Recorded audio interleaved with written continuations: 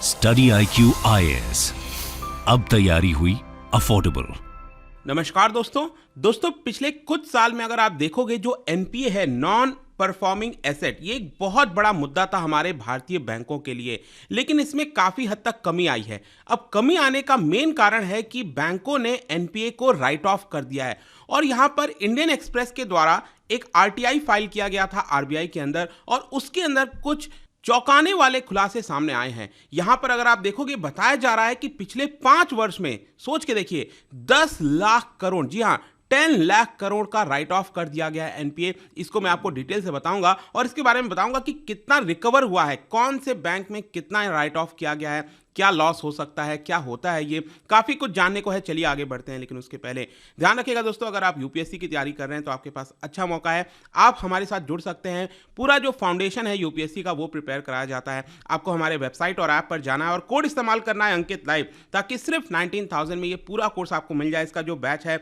वो 30 नवंबर से स्टार्ट हो रहा है। इसके अंदर आपको लाइव क्लासेस दिए जाते हैं, मेंटरशिप मिलता है, मतलब कभी भी कोई दिक्कत है, प्रॉब्लम है, आप अपने मेंटर से पूछ सकते हो। हैंड रिटन नोट्स दिया जाता है, साथ ही साथ आंसर राइटिंग प्रैक्टिस कराई जाती है आपके मेंस के पर्सपेक्टिव से। इसके अलावा भी और आपको एमसीक्यूज अटेम्प्ट करना है तो मेरे इंस्टा पेज पर जाइए, वहां पर स्टोरीज में जितने भी एमसीक्यूज हैं उसको आप अटेम्प्ट कर पाएंगे। चलिए शुरुआत करते हैं और सबसे पहले तो यहां पर मैं आपको यह बताऊंगा कि एनपीए होता क्या है, नॉन परफॉर्मिंग एसेट। हम सबने सुना है, इसका सिंपल अर्थ यह हुआ कि कोई भी लोन जो बैंकों के द्वारा दिया जाता है, अगर उस लोन का प्रिंसिपल अमाउंट या फिर इंटरेस्ट 90 दिन के अंदर नहीं आता है तो वो जो लोन है वो चला जाता है एनपीए। जैसे कि मान लो कि यहां पर 1 जनवरी को बैंक के पास प्रिंसिपल ईएमआई आना था, मतलब कि मान लीजिए आपको 10,000 रुपए पे करना था 1 जनवरी को बैंक को, ठीक है।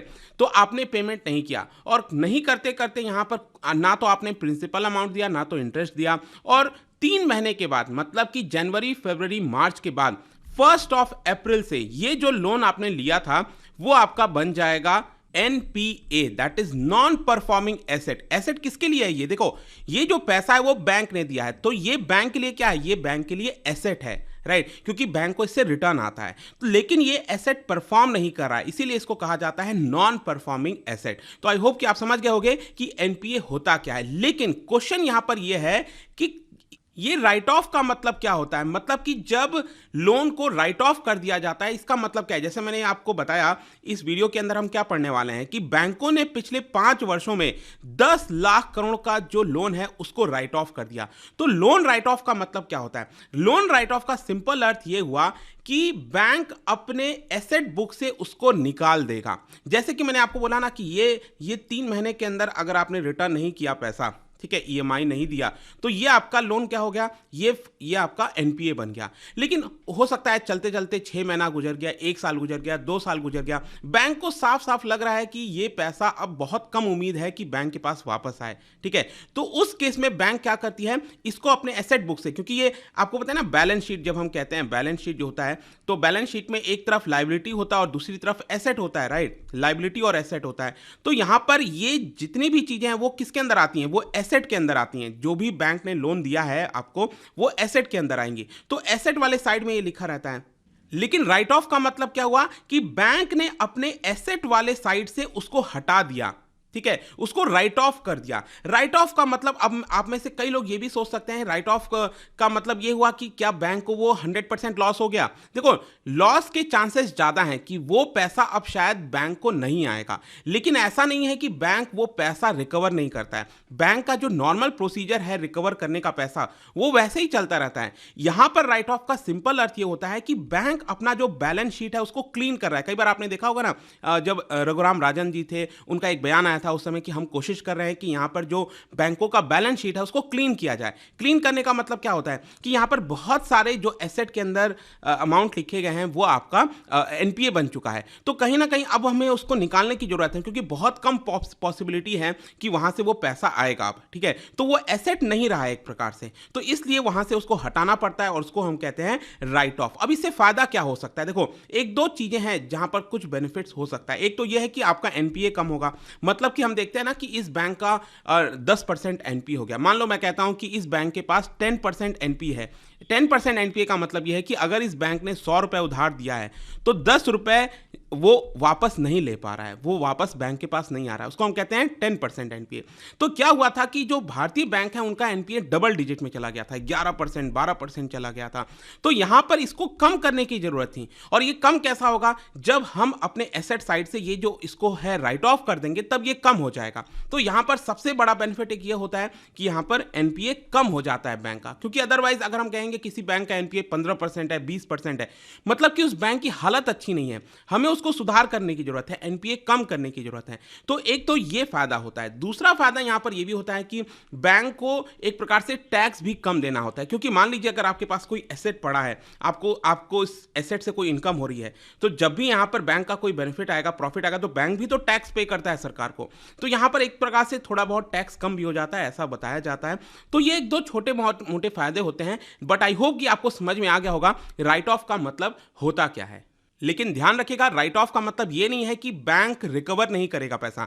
बैंक को जो पैसा रिकवर करना है, लेना है, वो लेता रहेगा। इट इज जस्ट दैट कि अपने बुक से वो अमाउंट को उसने हटा दिया। ठीक है, अब क्या आया है, अब खबर क्या आई है? खबर ये आई है कि पिछले 5 वर्षों में 10 लाख करोड़, जस्ट इमेजिन, इतना बड़ा अमाउंट होता है 10 लाख करोड़, बैंकों ने अपना जो लोन है उसको राइट ऑफ कर दिया। अब बैंक ने बहुत सारे लोन दिए होंगे, उसमें से 10 लाख करोड़ राइट ऑफ कर दिया। और ये 10 लाख करोड़ में अभी तक बैंक को कितना वापस आया है? सिर्फ 13% के आसपास। इनफैक्ट यहां पर आप देख सकते हो एग्जैक्ट अमाउंट 10,09,510 करोड़ ये बैंक ने राइट ऑफ कर दिया। और ये सारी जानकारी कहां से मिली है? इंडियन एक्सप्रेस ने यहां पर आरटीआई फाइल किया था आरबीआई में, आरबीआई ने ये जानकारी दी है। अब क्वेश्चन है कि करंट एनपीए कितना है। देखो यहां पर अगर आप देखोगे इस समय प्रेजेंट में भारतीय बैंकों का जो एनपीए है मार्च 2022 तक, वो है आपका 5.9%। 5.9% का मतलब क्या हुआ? इट इज सिंपली दैट कि अगर भारतीय बैंकों ने 100 रुपया उधार दिया है तो 5.9 रुपीज वो वापस नहीं आ पा रहा है। अब मैं यहां पर आपको कुछ आंकड़ा दिखाना चाहता हूं तो आपको समझ में आ जाएगा कि ये राइट ऑफ करने से, 10 लाख करोड़ का राइट ऑफ करने से एनपीए में कितना रिडक्शन हुआ है। आप देख सकते हो 2017-18 में जो एनपीए था भारत का, भारतीय बैंकों का, वो था 11.2%। ठीक है, लेकिन जैसा मैंने बताया कि 11.2% था, अब कितना आ गया है? अब आ गया है 5.9%। इसका मेन कारण क्या है? क्योंकि हमने 10 लाख करोड़ का जो लोन है उसको राइट ऑफ कर दिया। अगर ये राइट ऑफ नहीं किया गया होता तो लेट मी टेल यू, इस समय जो एनपीए होता बैंकों का वो होता 13.1%। जस्ट इमेजिन, इतना ज्यादा एनपीए होता। तो कहीं ना कहीं एनपीए कम करने के लिए ये राइट ऑफ किया गया है। और ये 10 लाख करोड़, सोचिए कितना बड़ा अमाउंट होता है। अगर आप हमारा फिस्कल डेफिसिट देखोगे ना 2022-23 का, वो होने वाला है 16 लाख करोड़ के आसपास। तो लगभग 60% तो हम अपना जो फिस्कल डेफिसिट है वो वहीं से चुका देते। कितनी बड़ी चीज होती है, तो मैं आपको इंपॉर्टेंस बताना चाह रहा हूं। और ये आप देख सकते हो ये चार्ट में कि कितना ये पिछले 5 वर्षों में जो राइट ऑफ किया गया है वो हर साल कितना किया गया है। और पूरा पिछला 5 साल अगर आप मिला लोगे तो ये हो जाएगा आपका 10 लाख करोड़ के आसपास। लेकिन जैसा कि मैंने आपको बताया था कि 10 लाख करोड़ राइट ऑफ करने का मतलब ये नहीं है कि वो माफ कर दिया गया पैसा, बैंक उसको रिकवर करता रहता है। लेकिन इस 10 लाख करोड़ में से कितना रिकवर हुआ है? जस्ट 13% मैंने आपको बताया था। और कितना है? 1,32,000 करोड़, 1,32,000 करोड़ ही यहां पर रिकवर हो पाया है पिछले 5 वर्षों में। अगर आप पिछले 10 वर्षों का आंकड़ा देखोगे तो राइट ऑफ किया गया है 13,22,000 करोड़ के आसपास। अब नेक्स्ट यहां पर एक और चीज है, आप में से कई लोग सोच रहे होंगे कि यहां पर जो राइट ऑफ किया गया है वो प्राइवेट बैंकों के द्वारा ज्यादा राइट ऑफ किया गया है कि पब्लिक सेक्टर बैंकों का। देखो ये बात तो सही है कि सबसे ज्यादा जो हालत खराब है, एनपीए जहां पर ज्यादा देखने को मिलता है वो है पब्लिक सेक्टर बैंक, और इसका असर आपको यहां पर देखने को मिलेगा। ये 10 लाख करोड़ का जो राइट ऑफ किया गया उसमें से 73% हिस्सा, इमेजिन, ये अकेले पब्लिक सेक्टर बैंकों का है। 7,34,000 करोड़ का राइट ऑफ यहां पर पब्लिक सेक्टर बैंकों ने किया है। और सबसे ज्यादा राइट ऑफ आप देख सकते हो, अगर मैं इंडिविजुअल बैंक के हिसाब से बोलूं तो एसबीआई में आपको सबसे ज्यादा देखने को मिलेगा। 2 लाख करोड़ का राइट ऑफ अकेले स्टेट बैंक ऑफ इंडिया के द्वारा किया गया है। पंजाब नेशनल बैंक ने 67,000 करोड़ का राइट ऑफ किया है। तो टोटल मिलाकर 7 लाख करोड़ से भी ज्यादा राइट ऑफ पब्लिक सेक्टर बैंकों ने। और प्राइवेट सेक्टर बैंक की जहां तक बात है उसमें सबसे ज्यादा आईसीआईसीआई बैंक ने किया है, 50,000 करोड़ का राइट ऑफ किया गया है। हाँ, यहां पर आरबीआई ने यह जानकारी नहीं दी कि किसका लोन राइट ऑफ किया गया है, मतलब अडानी का, अंबानी का, टाटा का, किसका किया गया है, जो नाम है ना वो नहीं बताया गया। और मुझे भी नहीं पता कि किसका राइट ऑफ किया गया है, क्योंकि आरबीआई ने इसकी जानकारी नहीं दी है। यहां पर क्वेश्चन एक और आता है कि राइट ऑफ का डिसीजन कौन लेता है, क्या इंडिविजुअल बैंक खुद से लेते हैं या फिर आरबीआई कहती है कि आप राइट ऑफ करिए। ठीक है, ये भी तो क्वेश्चन आ सकता है। देखो यहां पर भी आरटीआई में पूछा गया था कि ये डिसीजन कौन लेता है, तो यहां पर आरबीआई ने जवाब दिया है कि हम डीरेगुलेटेड क्रेडिट एनवायरनमेंट में रहते हैं, मतलब कि जो डिसीजन है वो डीरेगुलेटेड है, आरबीआई इसका कंट्रोल नहीं करती है। इस तरह का जो क्रेडिट रिलेटेड डिसीजंस होता है वो इंडिविजुअल बैंकों पर छोड़ दिया जाता है। अगर इंडिविजुअल बैंक को लगता है इसको राइट ऑफ कर देना चाहिए तो वो बैंक करते हैं। यहां पर मतलब बैंक अपने सूझबूझ से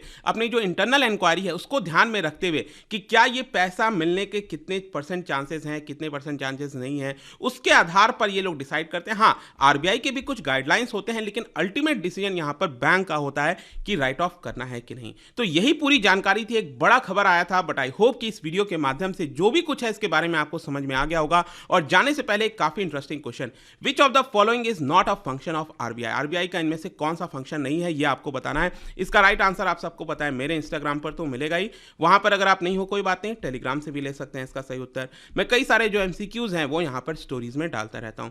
बाकी अगर आपको पीडीएफ चाहिए तो टेलीग्राम पर आइए, अलग अलग सोशल मीडिया पर आप जुड़ पाओगे। और जैसा मैंने बताया, यूपीएससी की तैयारी कर सकते हैं by using the code Ankit live, ताकि आपको मैक्सिमम डिस्काउंट मिले। आई होप कि वीडियो आपको पसंद आया होगा। मिलता हूं आपसे next time, till then thank you very much, see you soon. Study IQ IAS, अब तैयारी हुई अफोर्डेबल।